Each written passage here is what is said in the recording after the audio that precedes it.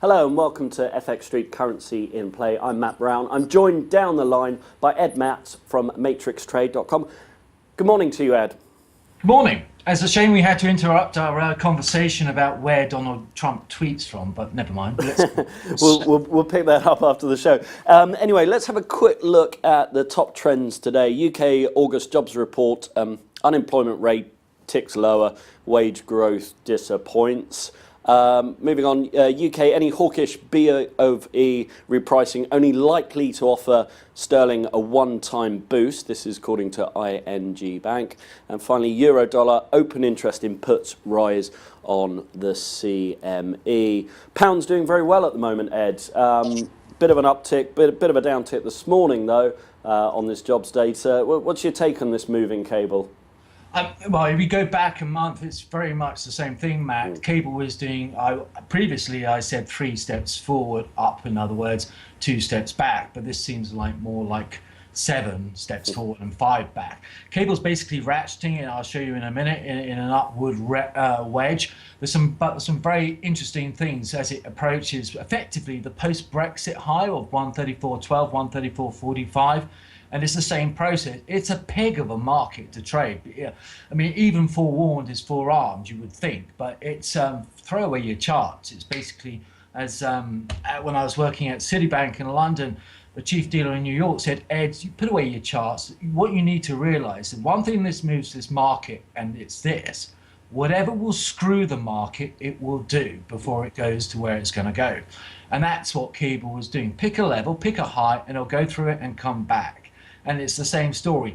What is interesting about Cable is essentially 2 things: is the underlying movement in the interest rate differential, and also, more importantly, is the inflows we've seen in Cable and sterling generally in the last 2 to 3 weeks. Yeah, and we'll come to those slides shortly, but let's kick off with the slides you put along today with Donald Trump there loading up the dollar on the S&P, the camel's hump after the Trump bump, maybe, with a North Korea missile launch looming in the background. What's your thoughts on this cartoon?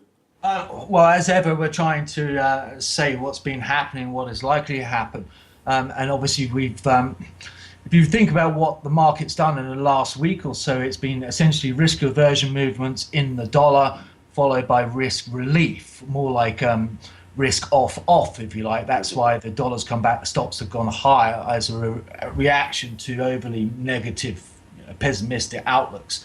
Essentially, what we've got there is the storm in the background, and Donald Trump is loading up the camel. The camel, it says the S&P, because going back along, one thing we're looking for, and still bullish, one thing we're looking for as it breaks, the S&P breaks to new highs, is for a massive turnaround, in other words, a crash. And, you know, a lot of people have said this time and time again, but we've stayed bullish, following some templates from 1929, 1987, and essentially we're coming very, very close. And the question is, because we've seen this time again, Russiagate, even North Korean missile launches, you get risk aversion, and then the market comes back and breaks to new highs. And you ask yourself, well, what is going to be the trigger? Well, that's a really interesting question. Obviously, I don't know the answer, I wouldn't profess to know the answer. But there's a couple of interesting things that are going on. One, firstly, we've seen the crash, or started to see the crash in the stock market. If you look at the US market represented in euros, Canadian dollars, gold, it's already well down from its highs. Now, the interesting thing about that is to ask yourself, well, why is the dollar moving? Why has it moved 10% lower since Donald Trump said he wanted it lower in February the 23rd? And essentially what it represents is a flight already away from the US. And so the dollar's gone down, stocks are going up. It's come to a point where you almost believe the turnaround will be triggered by the dollar itself. Not necessarily the dollar going down, but the dollar going up. If you look, I mean, grab a chart, look at the S&P in euros, Canadian dollar, Aussie, even sterling now, cable now, in gold. And if the dollar were to go bid, then it might actually be the trigger itself for the dollar to reverse. Because in other words, what we've seen is effectively the beginning of a stock market crash in anything but the US dollar. But obviously the vast majority of US stocks are held by US dollar denominated US funds and people. So if you get that movement up in the dollar, and the S&P can't take it, in other words, the S&P's at new highs and the dollar continues to go up, it will give way. And that's essentially what this cartoon is saying. It is in fact the dollar, just one more thing that may be the trigger. So there's me and everyone else looking at, North Korea National Day thinking, what's going to happen? Is this going to be the straw that breaks the camel's back, or is someone going to resign again? All these questions, maybe it's going to be something elsewhere. It actually could be market driven, but for all the obvious wrong reasons. In other words, dollar's gone down as this disinvestment from the US, or whether it's Donald Trump, or whether it's the consequent movement in interest rate differentials, because a lot of the dollars are just following the interest rate differential. So you ask yourself why they're moving, and it's because effectively represented by the US yield, people are getting very, very nervous. Now, you go back to what would be the trigger. I was saying it could be a dollar rally, ironically, could trigger the whole reversal process. If you look back in 1987, the first 48 hours of the crash, the dollar went bid. And what did dollar yen do? Dollar yen broke down through obvious levels, down through 108.10, even 107.50, and it's ramped. So what we're saying is essentially we're getting very, very close to a very, very interesting, exciting market. Good stuff. Well, let's look out for that. But moving swiftly on, looking at cable versus 10-year differential now, we've seen a similar thing with euro dollar. Just explain briefly what this means, what this potentially means for cable. Yeah, right. No market, no foreign exchange market or currency pair can move without its different, or be sustained in any direction without its differential going with it. You get lags and leads, and obviously the euro dollar is still well above its interest rate differential, partly reflected, I think, by that risk premium, maybe people getting overly long at times. But if you look at the cable 10-year differential, you can see that cable's broken to new highs, but the 10-year differential hasn't. In other words, it's saying it can't sustain this move until that differential catches us up. Either the UK gilts are going to move, or the US bonds going to move, or cable's actually not going to stay up it. And we've seen that today as it's broken to new highs.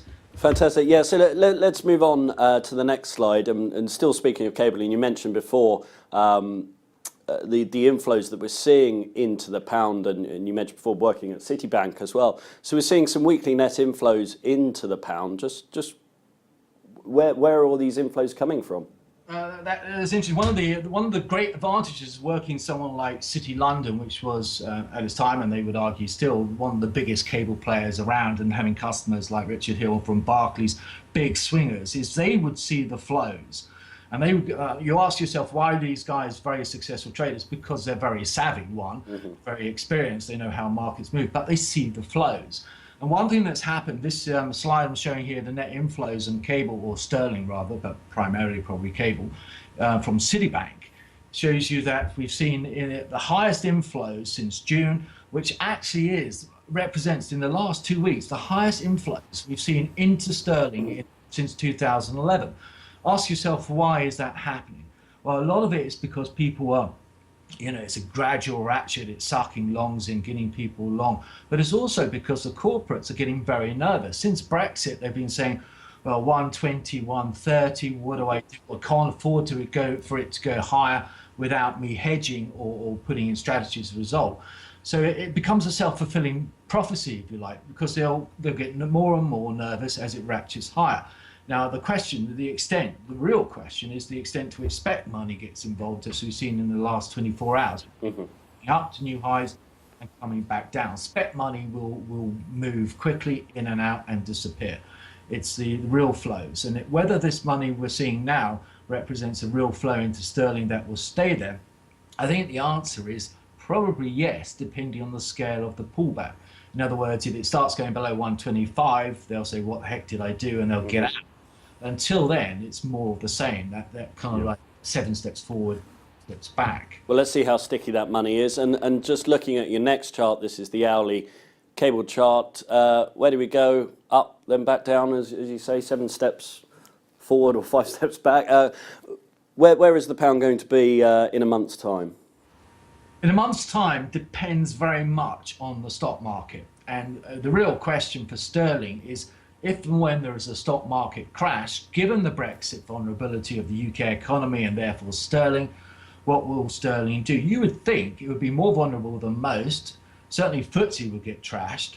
But what will sterling do? I've got a funny suspicion, well, not a funny suspicion. What we actually think will happen is sterling will weaken initially, but if there is a stock market crash and it comes in the form of even more or even higher US dollar related risk aversion, then you'll see the sterling uptrend will accelerate. But until then, we're going to see more of the same. In other words, we'll get these ratchets, these spikes, new highs, big sell-offs.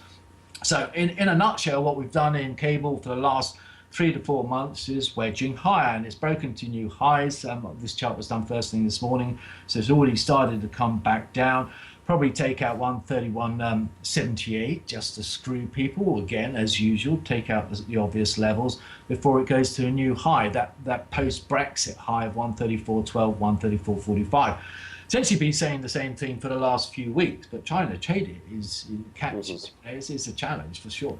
And looking ahead at the Bank of England on your next slide, in cable, how it trades ahead of the Bank of England, is it priced to disappoint at the moment? It's priced to disappoint depending on where the spot rate. One thing we do at Matrix Trade is we look at what markets do going into and out of events and see what they typically do. And as a result, you can see on the UK CPI came out yesterday, and obviously it was a beat, it ramped, but you can see also from the beat average, it says it won't be sustained. Partly because people don't necessarily believe the UK figures. Well, what is really interesting is how they're being continually, from any UK release at the moment, it's been front run by about 30, anything from 15 to 30 minutes, telling you or suggesting, I wouldn't say necessarily I believe it, but suggesting someone has the figures. So anyway, cable ramps on CPI, higher than expected inflation figures, and then rolls back down until, either Carney comes out and says something dovish or whatever. But it's essentially taking out the levels and moving back down. As you can see represented, it goes all the way back down, which is in line with that 31.50, 31.70 before it goes to new highs.